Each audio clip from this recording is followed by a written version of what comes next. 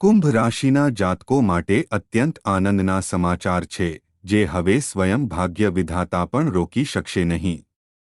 કુંભ રાશિના જાતકો, આ હોળી અને અમાસનો સમય તમારા માટે અઢળક ધનલાભ લઈને આવી રહ્યો છે. જે રીતે હોળીનો પવિત્ર અગ્નિ તમામ નકારાત્મકતાને બાળીને ભસ્મ કરી દે છે, તેવી જ રીતે હોળી પૂર્ણિમા પછી તમારા જીવનમાં એક નવો અને અત્યંત ઉજ્જવળ અધ્યાય શરૂ થવા જઈ રહ્યો છે.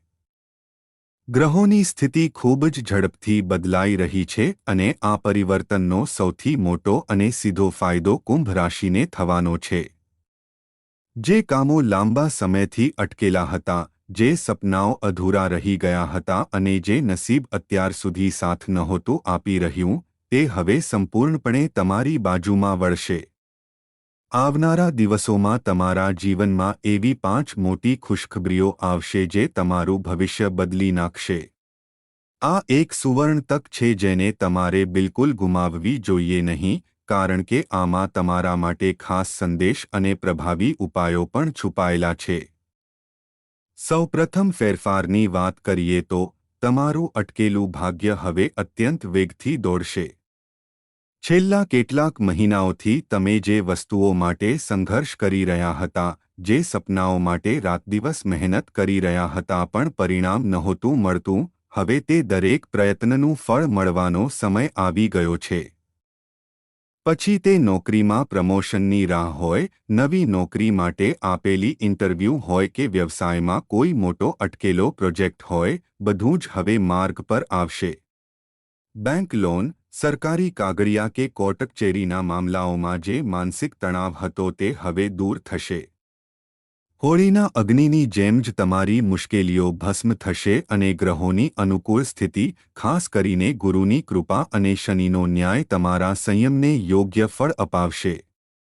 જે લોકોએ તમને ઓછા આંક્યા હતા, તેઓ જ હવે તમારી સફળતા જોઈને આશ્ચર્યચકિત થઈ જશે. તમારો આત્મવિશ્વાસ વધશે અને તમને અનુભવાશે કે હવે પરિસ્થિતિ તમારા નિયંત્રણમાં છે.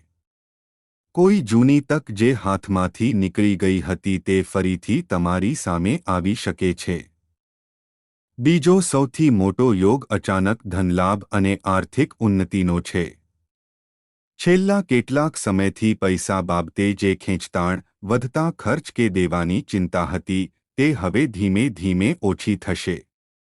હોળી પૂર્ણિમા પછી ધનયોગ એટલો પ્રબળ છે કે અટકેલા પૈસા અચાનક પરત મળી શકે છે. વ્યવસાયમાં મોટી ઓર્ડર મળવાની કે નોકરીમાં બોનસ અને ઇન્ક્રીમેન્ટ મળવાની પૂરેપૂરી શક્યતા છે. કુંભ રાશિના કેટલાક જાતકોને વારસામાં મળેલી મિલકત, પ્રોપર્ટી સંબંધિત લાભ કે શેરબજાર અને મ્યુચ્યુઅલ ફંડ જેવા રોકાણમાંથી મોટો નફો મળી શકે છે. આર્થિક સ્થિતિ એટલી મજબૂત થશે કે તમારામાં એક નવો આત્મવિશ્વાસ જાગશે. જો કે, આ સમયે પૈસાનું યોગ્ય આયોજન કરવું ખૂબ જરૂરી છે જેથી તમારું ભવિષ્ય સુરક્ષિત રહે. ત્રીજો મહત્વનો ફેરફાર તમારા અંગત સંબંધોમાં જોવા મળશે. જો છેલ્લા કેટલાક સમયથી ઘરમાં નાની નાની વાતોમાં વિવાદ, ગેરસમજ કે વાણીની કડવાશને કારણે તણાવ હતો, તો હવે ત્યાં પ્રેમનો વરસાદ થશે. તમારી સંવાદ કલામાં સુધારો થશે અને તમે ખૂબ જ સમજદારીથી બાબતોને થાળે પાડશો. પતિ-પત્ની વચ્ચેનો દુરાવો ઓછો થશે અને પરસ્પર વિશ્વાસ વધશે. પ્રેમ સંબંધોમાં રહેલા લોકો માટે લગ્નની ચર્ચાઓ આગળ વધી શકે છે. અવિવાહિતો માટે આ સમય વિશેષ શુભ છે કારણ કે લગ્નના ઉત્તમ પ્રસ્તાવ આવવાના યોગ છે.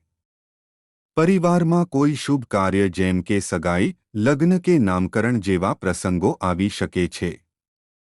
કોઈ જૂના મિત્ર કે સંબંધી સાથે ફરીથી મેળાપ થવાથી મન આનંદિત થઈ જશે.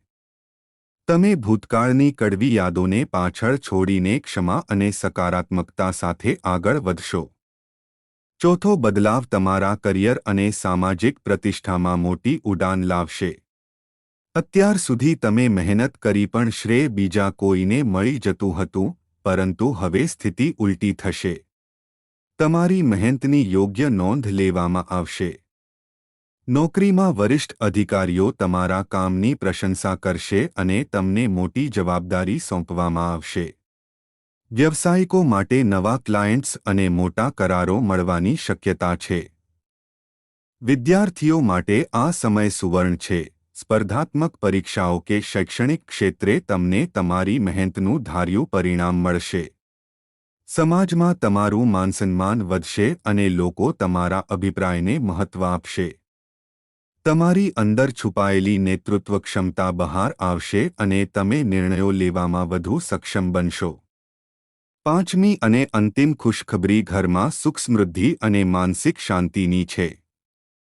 ઘરની નકારાત્મક ઉર્જા વિદાય લેશે અને તેની જગ્યાએ સુખ અને સંતોષનો પ્રવેશ થશે.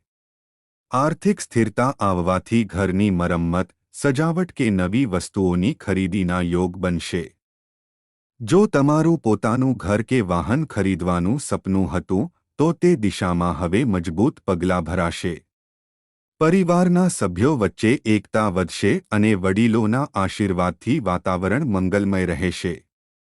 તમારી રાતની ઊંઘ શાંત થશે અને મનમાં રહેલો અજ્ઞાત ભય દૂર થશે. આ સમય માત્ર ભૌતિક સુખનો જ નહીં પણ અંતર આત્માની શાંતિનો પણ છે. ગ્રહો તમને દિશા બતાવી રહ્યા છે, પણ ચાલવાનું કામ તમારે કરવાનું છે. સકારાત્મક રહો, સંયમ રાખો અને દરેક તકને પૂરા આત્મવિશ્વાસથી સ્વીકારો.